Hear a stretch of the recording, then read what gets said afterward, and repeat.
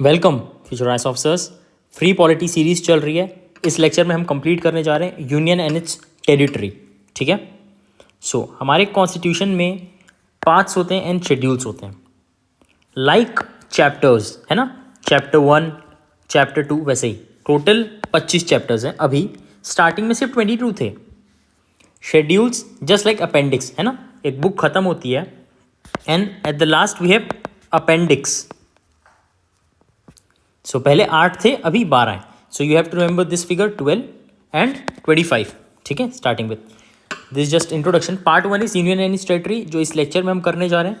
Part 2 citizenship, part 3 is fundamental rights, part 4 is DPSP, part 4A is fundamental duties. Part 1 union and its territory.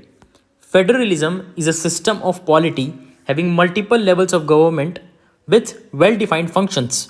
Some of essential features of federalism in any country are written constitution, division of subjects through 7 schedule. जैसे 7 schedule में हमारे क्या है, union list, है ना, concurrent list, state list, independent judiciary, by cameral legislature, federal, unitary. Part 1 of constitution provides info about union and it's territories. ठीक है। इससे समझ में आता है कि हमारा भारत एक फेडरल सिस्टम है। ठीक है। फेडरल सिस्टम में एक रिटन कॉन्स्टिट्यूशन होना चाहिए, division of subjects, independent judiciary, by cameral legislature. Part 1 of constitution provides info about union and it's territories of India. Article 1 provides that India, that is Bharat, shall be a union of states. Nation, senses of oneness on basis of some common identity and shared history. State, territory plus population plus government plus sovereignty. ठीक है। अगर एक होता है ना कि हम भारतीय हैं, जय हिंद, तो हम एक नेशन है, हमारे पास एक कॉमन आइडेंटिटी है. और स्टेट कैसे बोला जाएगा? अगर स्टेट की तरह देखना है किसी को तो एक टेरिटरी होनी चाहिए, है ना. भारत की टेरिटरी है, भारत की एक टेरिटरी है, पॉपुलेशन है ना, एक गवर्नमेंट है, प्लस सोवरेनिटी है. सोवरेन है मतलब इंडिया या फिर कोई भी और स्टेट इंडिपेंडेंट है to manage its own affairs. ठीक है. Sovereign, we are a sovereign nation. हम लोग भले ही G20 के पार्ट होंगे, हो सकता है हम लोग शंघाई कोऑपरेशन SCO के पार्ट हों, पर हम लोग अपने डिसीजंस खुद से लेते हैं. ठीक है. Is India a nation? Yes. Written in preamble. It further provides that states and territories of India shall be included in first schedule. हमने अभी तक क्या देखा? 7 schedule में 3 भाग में बटा हुआ है. डिवीजन ऑफ सब्जेक्ट्स हमने देखा, फर्स्ट schedule में स्टेट्स एंड टेरिटरीज की बात लिखी गई है. ठीक है. It also provides that territories of India shall include states, union territories and any acquired territory. ठीक है. Union territories are not included in the union which comprises of only states. ठीक है. आर्टिकल 2 पे आते हैं. आर्टिकल 1 की बात कर ली, we India, that is Bharat. Article 2, it provides that the Parliament may by law, that means it does not require constitutional amendment under article 368. Constitutional amendment करने की जरूरत नहीं है. जैसे मैंने आपको लास्ट लेक्चर में बताया था, प्रीएम्बल में हमने 3 वर्ड ऐड किए थे. बोलो कमेंट में लिख के बताओ क्या है. SIS, है ना. It happened through 42nd amendment. Article 2 में बोल रहा है कि अगर हमारे भारत देश को अगर न्यू स्टेट या फिर किसी न्यू स्टेट को लेके आना है इंडिया में, अंदर फॉरेन से इंडिया लेके आना है, तो उसके लिए वो सिंपल लॉ से पास कर सकता है. It does not require a constitutional amendment. In RC Poudyal case 1991, Supreme Court has held that Article 2 can be used by Parliament to merge in any acquired territory only in following manners: adding it into existing state, establishing new state with some special permissions without violating federal provisions. ठीक है. Federalism अभी आपको ऊपर पढ़ा दिया है. चंदर नगर merger act 1954 was used to add in West Bengal. Article 3, it provides for internal reorganization of the country. अब देखो, आर्टिकल 2 और आर्टिकल 3 समझना. ठीक है. बहुत ध्यान से समझना.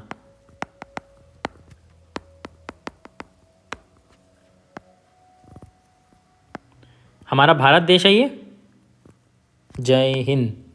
सबसे सुंदर देश इन दी होल वर्ल्ड।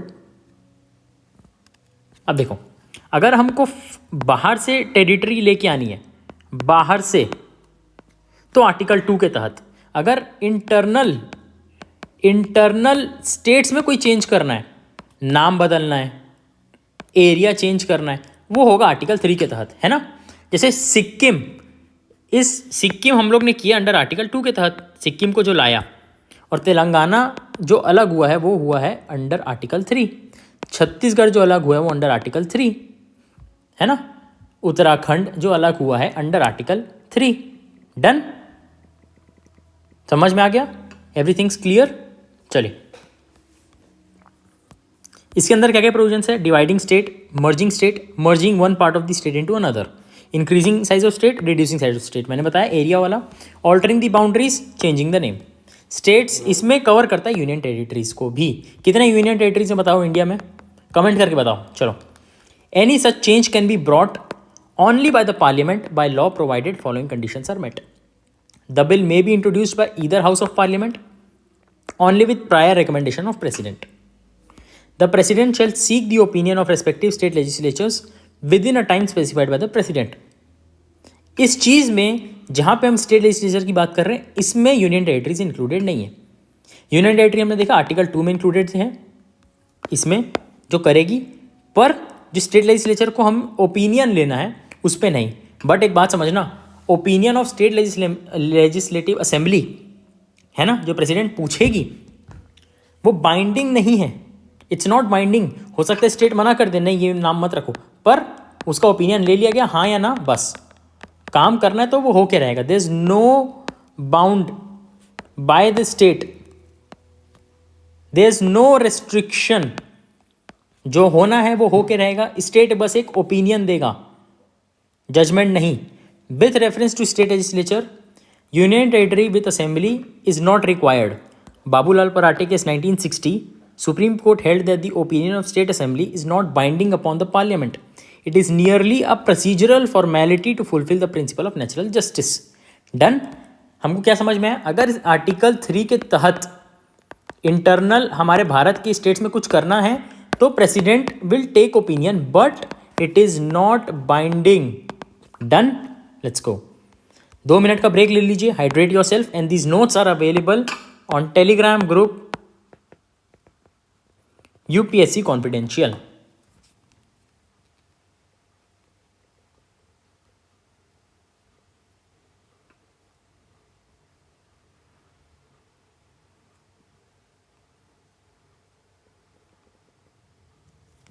स्टार्ट करते हैं लेक्चर के साथ। Article 4 provides that any bill brought in the parliament using articles 2 and 3 should also bring bill to make required changes to first and fourth schedules along with it. First हमने देख लिया, नाम वाम लिखा हुआ है, फिर fourth schedule also along with it, fourth schedule भी इसमें चेंज होता है। Any such change to first and fourth schedule shall not be deemed to be a constitutional amendment under article 368। मैंने अभी ऊपर आपको ऑलरेडी डिटेल में बता चुका है। हमने ऑलरेडी फर्स्ट शेड्यूल देख चुका है, हम ऑलरेडी 7th शेड्यूल देख चुके हैं, है ना, डिवाइड कर रहा है। अब हम देखते हैं फोर्थ शेड्यूल क्या है। फोर्थ शेड्यूल हमारे, देखिए टोटल हमारे पास कितने शेड्यूल्स थे, मैंने आपको शुरू से बताया, वी हैव 12, ठीक है। Under there we have fourth में क्या बोलता है? Allocation of seats to Rajya Sabha. आपको डिटेल में समझ नहीं आएगा, but just understand, it is just like an appendix जो बुक के बाद में रहता है। तो शेड्यूल 1 हमको पता चल गया, शेड्यूल 4 में है सीट्स ऑफ राज्यसभा, है ना। Schedule shall not be deemed to a constitutional amendment act under article 368. Thus article 4 allows for the amendments made to the first and fourth schedule. अब देखिए, ये जो यहाँ पे लिखा था no constitutional amendment, article 2 and 3 कोई कॉन्स्टिट्यूशनल अमेंडमेंट नहीं है, ये लिखा है आर्टिकल 4 में। क्लियर? एक बार फिर से रिवाइज करिए। आर्टिकल 1 में क्या था? We India that is Bharat, है ना, ये आर्टिकल 1। आर्टिकल 2 में क्या लिखा हुआ है कि अगर बाहर से कोई न्यू स्टेट लेके आना है। आर्टिकल 3 में क्या है? इंटरनल स्टेट्स में कोई चेंज करना है इंडिया में। आर्टिकल 4 क्या बोल रहा है? These two are not constitutional amendment. Done, very easy, very easy. चलिए, this article 4 allows for constitutional amendments made to the first and fourth schedules without requiring constitutional amendment under Article 368. Thus, it provides flexibility to Constitution and allows creation or destruction of states with simple majority. अब बहुत ध्यान से सुना, this very important line coming. Can a territory of India be ceded to another country? क्या हम India से एक भाग निकाल के किसी को दे सकते हैं? In Berubari case 1960, Supreme Court held that a territory which is a part of India can be given to another country only by Constitutional Amendment Act under Article 368. For example, 100th Constitutional Amendment Act. इसमें क्या हुआ था, 2015 में हमने exchange किया था with Bangladesh, कुछ हमने लिया था, कुछ उनको दिया था. सेटलमेंट ऑफ बाउंड्री डिस्प्यूट, ईश्वर भाई Patel case 1969. Supreme Court held that settling a boundary dispute does not require a constitutional amendment or a law. ये चीज़ किस में लिखा है? आर्टिकल 4 में. It may be done through executive order as well. Kachativu Island was handed to Sri Lanka in 1971. Union of states rather than federal. The Constitution has not used the word federal in Article 1, but has described India as Union of States. Dr. Ambedkar ji has explained the reason for using Union of States in following manner. In case of USA, the states pre-existed. USA में क्या हुआ, states पहले से थे, 50 states पहले से थे, वो आके मिल के यूएसए बना, है ना. तो उसमें क्या हुआ, पावर स्टेट्स से फेडरल गवर्नमेंट को मिली. इसको बोलेंगे कमिंग टुगेदर. 50 स्टेट्स मिल के आए, 50 स्टेट्स मिल के आए.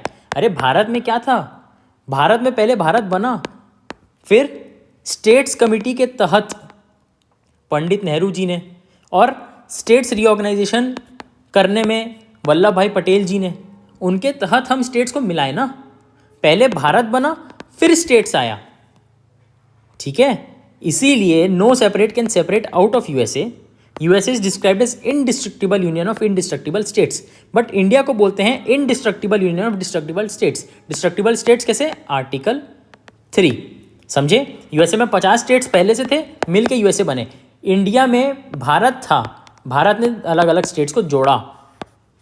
सरदार वल्लभ भाई पटेल जी को इसका क्रेडिट दिया जाता है. स्टेट्स कमेटी जो बनी थी उसके चेयरमैन थे Pandit Jawaharlal Nehru ji. Federal was not used in constitution. Indian model is holding together model of federalism. USA में क्या है, कमिंग टुगेदर. इंडिया में क्या है, होल्डिंग टुगेदर. ठीक है, चलिए. You are watching this on YouTube and you are saying amazing lecture. ऐसा यूट्यूब में कहीं नहीं जो हैंड रिटन नोट से पढ़ाए.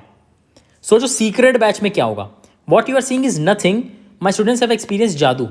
एक बार सीक्रेट बैच का आपको डेमो देता हूँ फॉर फ्री हियर. ये यूनियन एंड टेरिटरी मैंने अंतिमा बैच में पढ़ाया है, अंतिमा जीएस के बैच में, ठीक है. Article 1 describes India that is Bharat as union of states rather than federation of states. ठीक है, क्यों यूज किया गया, Indian federation is not result of an agreement. Agreement नहीं हुआ है. States have no right to secede or withdraw from the federation. According to Article 1, territory of India can be classified into 3 categories: territory, union territories, territories that may be acquired by government of India at any time. Article 2 में क्या बोल रहा है, gives 2 power to parliament, admit new states, establish new states, Sikkim's admission to India. Article 3 में क्या बोल रहा है, gives 5 power to parliament, एक कोई भी स्टेट को 2 स्टेट में बांट दे, 2 स्टेट को मिला के एक नए स्टेट बना दे, एरिया ऑफ स्टेट बना दे, डिमिनिश कर दे एरिया, है ना. Only with prior recommendation of president. Article 2 में क्या है, that is not a part of India. Article 3 में क्या, that is a part of India. Article 4 में क्या बोल रहा है, we need a simple majority. ठीक है, अब देखते हैं. एक चीज़ हमने नहीं डिस्कस की, वो ये है कि अगर इंडिया को दूसरे देश को देना है पार्ट, इंडिया को अपने देश का पार्ट देना है, तो it is subject to amendment. अगर भारत को लेना है तब तो इजीली ले सकते हैं, अगर देना है तो उसमें अमेंडमेंट लगेगी कॉन्स्टिट्यूशन में. क्वेश्चंस देखते हैं, देखना कहाँ कहाँ पूछा गया. Very important topic, UPPCS 2011. Which of the following is not correct in matter of formation of new states. Parliament by law may form a new state. Such law shall contain provisions for amendments of 5th schedule और 4th schedule. Such law shall be deemed to an amendment of constitution for purpose of article 368. हमने अभी पढ़ा कि ये article 368 के तहत नहीं होगा, है ना. आर्टिकल 4 में क्या लिखा है, it is by simple majority, it is not amendment. तो ये इसमें हम क्वेश्चन पूछे not correct, this is the right option. UPPCS 2016, a bill for a purpose, अब देखिए ये यूपी, उत्तर प्रदेश, ये भी Uttar Pradesh. A bill for purpose of creating new state must be passed by simple majority in parliament and ratification by not less than 2/3 party. हमने ऐसा कुछ पढ़ा 2/3 party सिर्फ सिंपल मेजोरिटी. इसमें क्या बोल रहा है? Simple majority. It is the right answer. UPPCS 2020, which of the following is not possible by law of parliament under article 3. Formation of new state नहीं हो सकता है. Alteration of area of state हो सकता है. ऑल्ट्रेशन ऑफ बाउंड्री हो सकता है. एडमिशन ऑफ न्यू स्टेट ये होता है आर्टिकल 2 के तहत. अब एक बात समझो, आप प्रीलिम्स कब पढ़ रहे हो? आप स्टेट पीसीएस भी दे सकते हो. आपको एक जॉब चाहिए, आपको ऑफिसर बनना है, आपको देश की सेवा करनी है, आपको आईएएस बनना है, तो why not maximize your chances?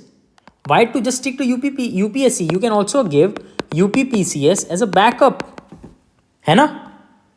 UPPCS 2019 with reference to Indian federal system, which of the following statements are correct? States have no right to secede from union. ये बात हमने पढ़ी है ऊपर. इंडिया में से आप सेंट्रल गवर्नमेंट चाहे तो कर सकती है. क्या कर सकती है? कुछ तोड़ जोड़ करना है ना, पर अलग नहीं हो सकती. सीसीड मतलब अलग नहीं हो सकती. This is the right option. Just advocacy of secession will have protection of freedom of expression. क्यों भाई? ये freedom of expression is a fundamental right. पर right but advocacy of secession मतलब स्टेट्स बोल सकती है कि हमको अलग होना है. नहीं हो सकते. That is impossible. अब Chhattisgarh PSC, C G PSC. Indian Parliament has the power to create a new state under which of the following constitutional provisions?